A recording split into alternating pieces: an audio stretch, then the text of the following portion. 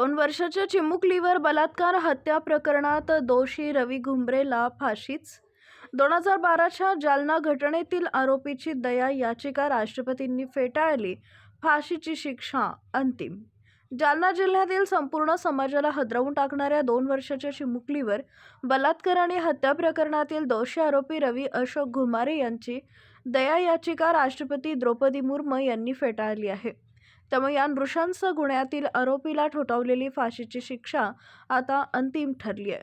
ही धक्कादायक घटना 8 मार्च 2012 रोजी जालना शहरातील इंदिरानगर परिसरात घडली होती.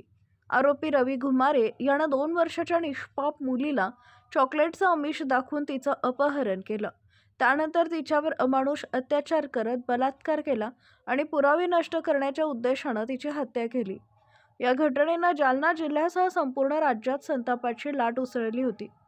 या प्रकरणात जलद सुनावणी करत सप्टेंबर 2015 मध्ये जालना जिल्हा व सत्र न्यायालयानं आरोपी रवी घुमारे याला फाशीची शिक्षा सुनावली. हा निकाल पुढे जानेवारी 2016 मध्ये मुंबई उच्च न्यायालयानंही कायम ठेवला. त्यानंतर आरोपीनं सर्वोच्च न्यायालयात धाव घेतली होती. मात्र 3 ऑक्टोबर 2019 रोजी सर्वोच्च न्यायालयानंही त्याची याचिका फेटाळून फाशीची शिक्षा कायम ठेवली. सर्वोच्च न्यायालयाचे न्यायमूर्ती सूर्यकांत आणि न्यायमूर्ती रोहिंग्टन फली नरीमन यांनी निकाल देताना आरोपीच्या कृत्याला कोणतीही माफी असू शकत नाही असं ठामपणे नमूद केलं होतं.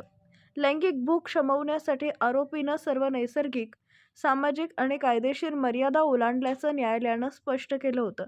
दरम्यान न्यायालयीन सर्व पर्याय संपल्यानंतर आरोपीनं राष्ट्रपतींकडे दया याचिका दाखल केली. मात्र राष्ट्रपती द्रौपदी मुर्मू यांनी ही याचिका फेटाळली असून राष्ट्रपती पदाची सूत्र स्वीकारल्यानंतर त्यांनी फेटाळलेली ही तिसरी दया याचिका आहे.